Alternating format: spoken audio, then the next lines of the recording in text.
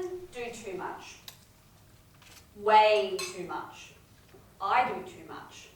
Coupled with a type A personality and a healthy dose of self-doubt and self-loathing means I've been exhausted most of my life. It's true. I come from a long line of exhausted women trying to do too much in order to justify our worthiness. A particular incident comes to mind. I found myself one day at the end of a long and arduous week, and I was examining medical students. I should have been going home early to help with the children's baths, but here I was asking highly anxious folk about questions about fuzzy images on an X-ray. I mean, I was a terrible medical student. Why in Christ's name was I examining them? It was something that I felt I should do. It would better me in my career. I would have an affiliation with the university. I would be giving some of my enthusiasm and energy that I didn't actually have to the next generation of medicos. Because I wanted them to be the best that they could be. And I was trying to be the best that I could be. Or at least I was trying to convince myself, my husband, and my colleagues. I was a new consultant working full-time with 2 small babies and one that never slept, ever. I was tired. I was dog-tired. I flicked open my emails to keep myself awake in between nervous, sweaty students, and there was an email from an old school friend of mine, Annie. Now, she was that elusive person that really lit up the room. She was smart, intelligent, she was incredibly artistic, accomplished and inclusive to all. She had finished her university studies in Berkeley, doing a Master's of Urban Design, and was now living in New York, married and working in an incredibly high-powered corporate job, yet still retaining integrity, her artistic integrity. She was fabulous. I opened the email in capital letters. Melzy, read this.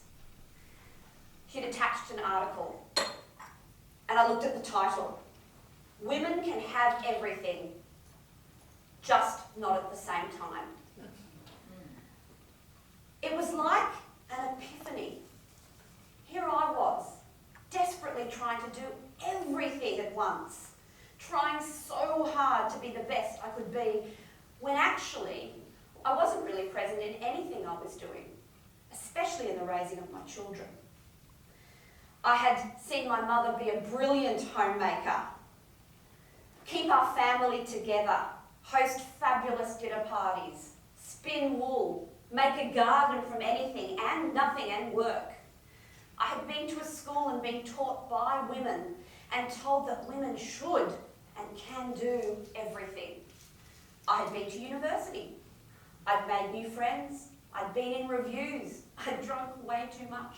I'd failed many exams. And I'd finally attained my specialist qualifications in medicine. And here I was. Successful? Not really. I was exhausted. And actually a bit sad. This article gave me the permission to achieve less, to lower that elusive bar, to step back and breathe, and enjoy and appreciate and be proud of some of my accomplishments, especially my beautiful babies. The article gave me a guilt-free structure to be a mother for when my next child came along, and I became the mother that I wanted to be. I asked for help. I had a regular babysitter. I didn't even feel guilty for not breastfeeding. I outsourced, and when I did go back to work, I didn't feel guilty that I was abandoning my baby, but reinvigorated that I was providing for my family. I have become more selfish with my time. I make sure I go for my walk. I go to bed early with my cryptic crossword. I drop in at a friend's house for a wine. And sometimes I leave the mess and chaos of my house, close the door and walk out. I have also actively decided that I am every bit as good as my colleagues.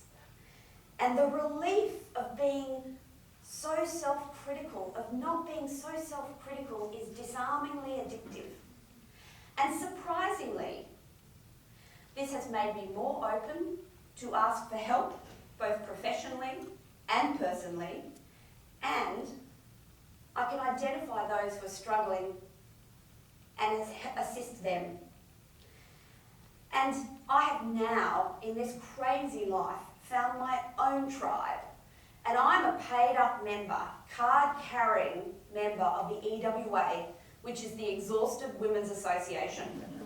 The only problem is, we're too tired to meet.